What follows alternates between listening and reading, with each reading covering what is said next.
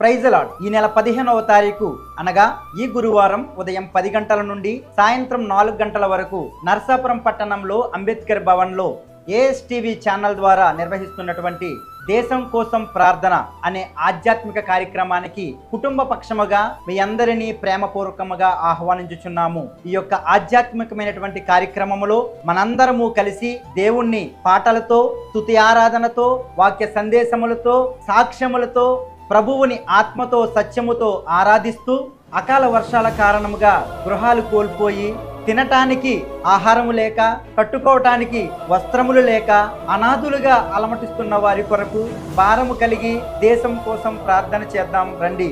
మీతో పాటు మిగిలిన వారిని కూడా తీసుకొచ్చి ఈ యొక్క ఆధ్యాత్మిక కార్యక్రమంలో పాల్గొని దేవుని దీవెనలు పొందాలని సియోనుల నుండి ప్రభు మిమ్మల్ని దీవించునుగాక.